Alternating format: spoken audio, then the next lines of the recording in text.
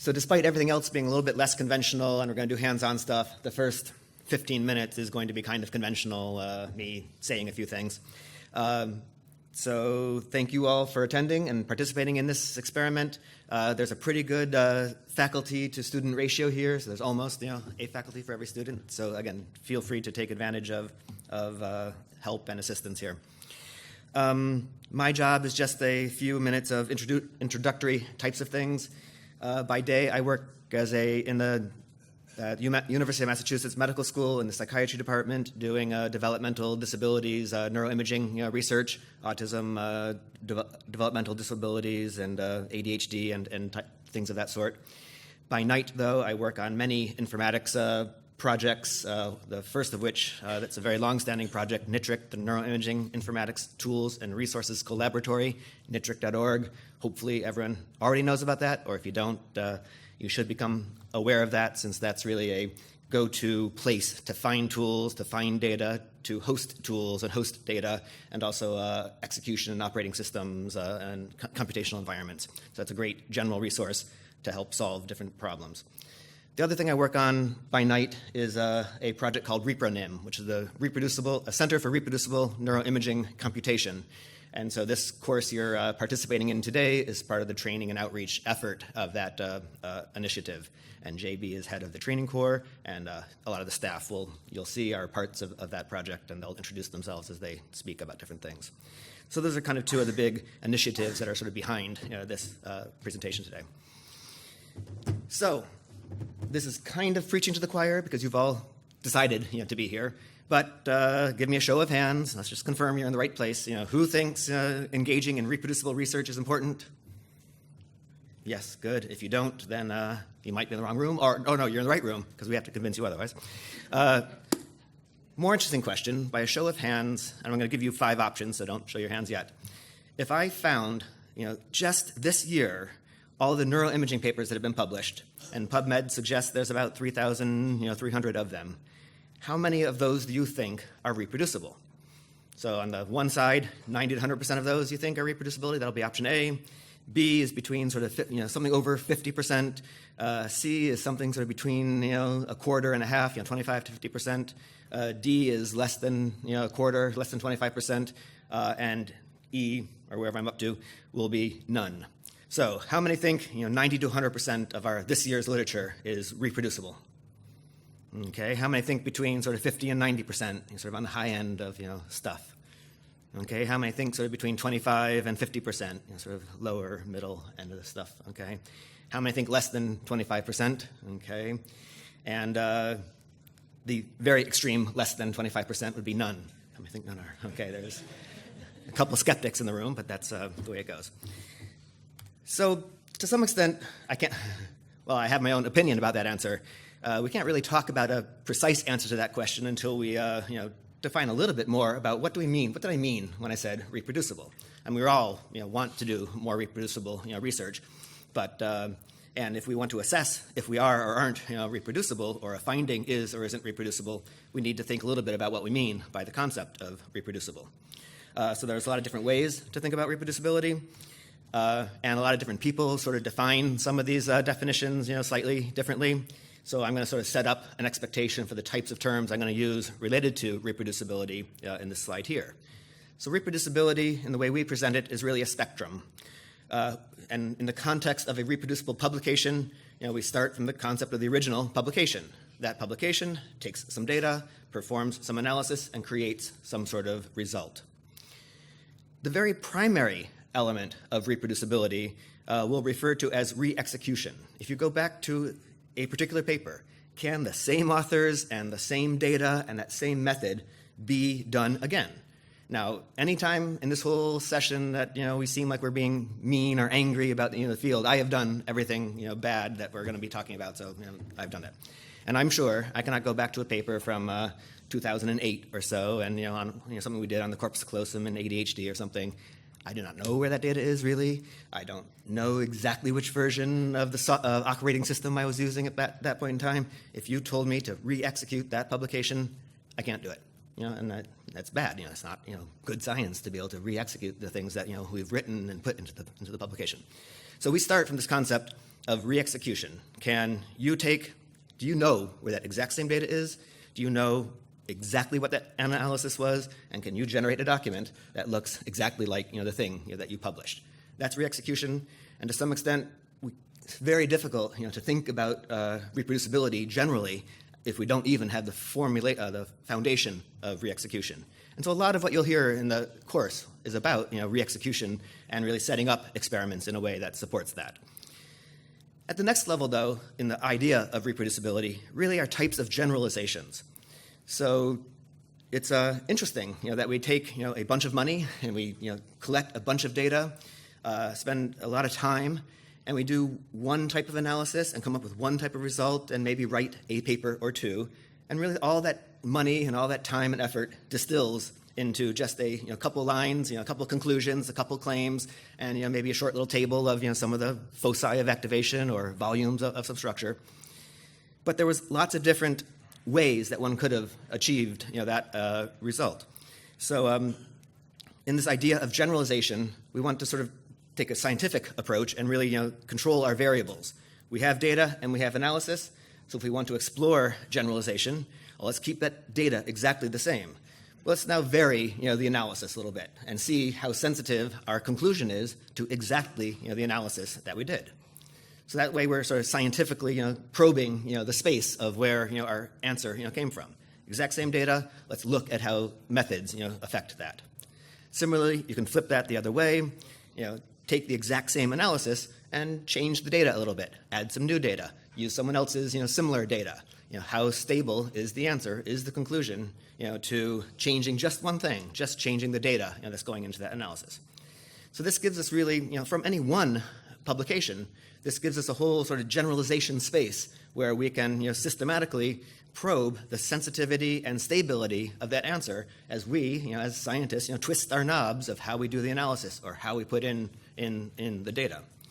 Because ultimately, what we want in terms of reproducibility is that a nominally similar set of data, so instead of my kids with autism, it's your kids with autism, with a nominally similar analysis, not free surfer, corpus callosums, but FSLs, corpus callosums, should yield a similar result. The volume of the corpus callosum is smaller in kids with autism. The problem in that statement I just said, of course, is the word similar. How similar does an answer have to be, to be reproducible? And if I wanted to make my paper look novel, and I want to talk about, say, the default mode, well, default mode's kind of a wishy-washy set of regions, and I can either make my result look more similar or less similar to prior literature, depending on exactly how I want to define default mode systems or things. So again, left to the whims and wills of the authors, exactly how similar or dissimilar things are open to interpretations, and so that's something we need to be a little bit careful about. So I'm going to restate one of the premise here, that a true finding should generalize, i.e. always be true. If we reach a conclusion, such as the volume of the corpus callosum is reduced in children with autism, that statement means any valid way of looking at the corpus callosum should generate a similar decrease in the way I stated that claim in all children with autism, if it's really about autism. Now, in general, most of our publications do not really support that kind of conclusion. We don't really know exactly to what extent the tool matters. We can't really mean with my 100 or 1,000 subjects even that it generalizes to all of autism, a very broad disorder. And particularly these more spectrumy types of diagnoses, the subjects with autism who happen to be able to sit through an MRI scan may not be completely general for all of the autism spectrum, for example. So anyway, so we need to not stop publishing things. We just need to be more precise and complete and make the entire process of publishing things more transparent. We're a little bit late start. Reproducibility has been a problem. It's a problem not just for neuroimaging. It's not just us. It's not just me, being bad in the past. A lot of the basic science findings that lead to drug companies to develop try to develop new drugs, come from the basic science researches, and many of those fail in their development And so one of the drug companies, in this case Bayer Healthcare, tried to go back and look at all of the sort of basic science that was going into a number of their publications, a number of their explorations, and they discovered that a huge fraction of the basic science that are driving these discovery systems were not themselves re-executable or reproducible. So not only is it hard to get a good lead turned into a drug, it's infinitely harder when half of your leads are not reproducible themselves.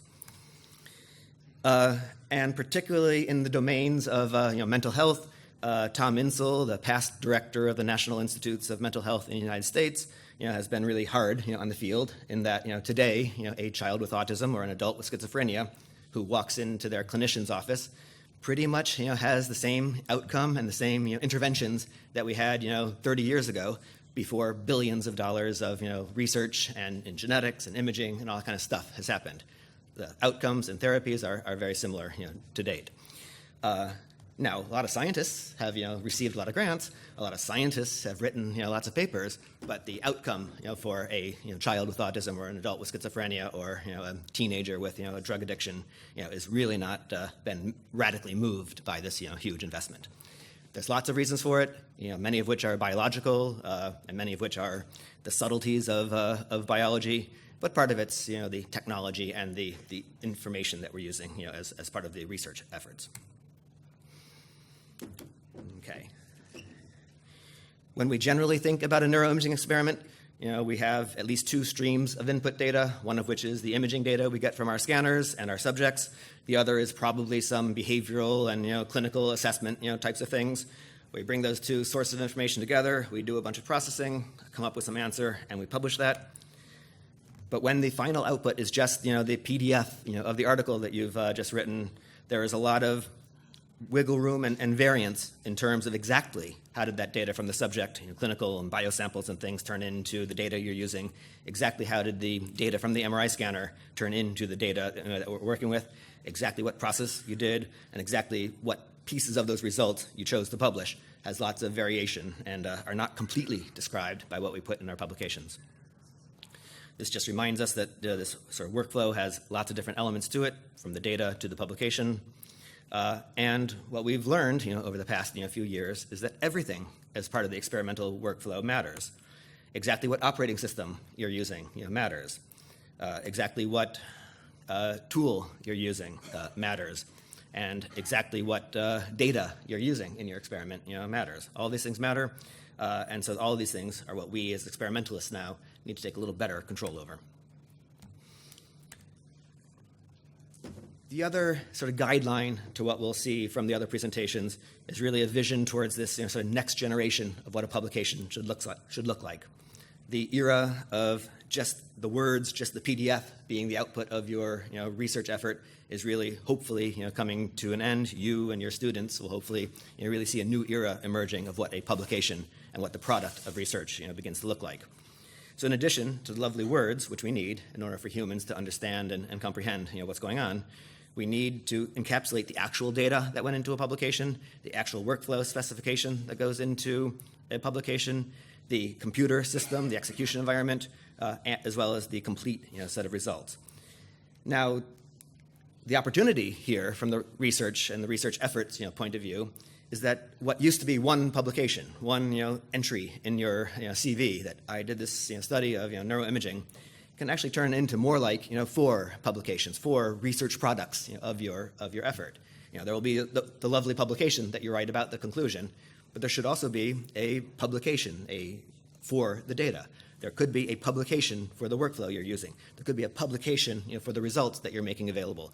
And all of these things are very valuable as the product of your research enterprise to make available and to get the scientific credit for. We've got to move scientific credit from just that publication to the scientific credit for generating this information, getting that information into the analysis ecosystem and reused and built upon. So that's good news, ultimately, that we should be able to document and get more credit for the different elements of the scientific process that we're engaged in.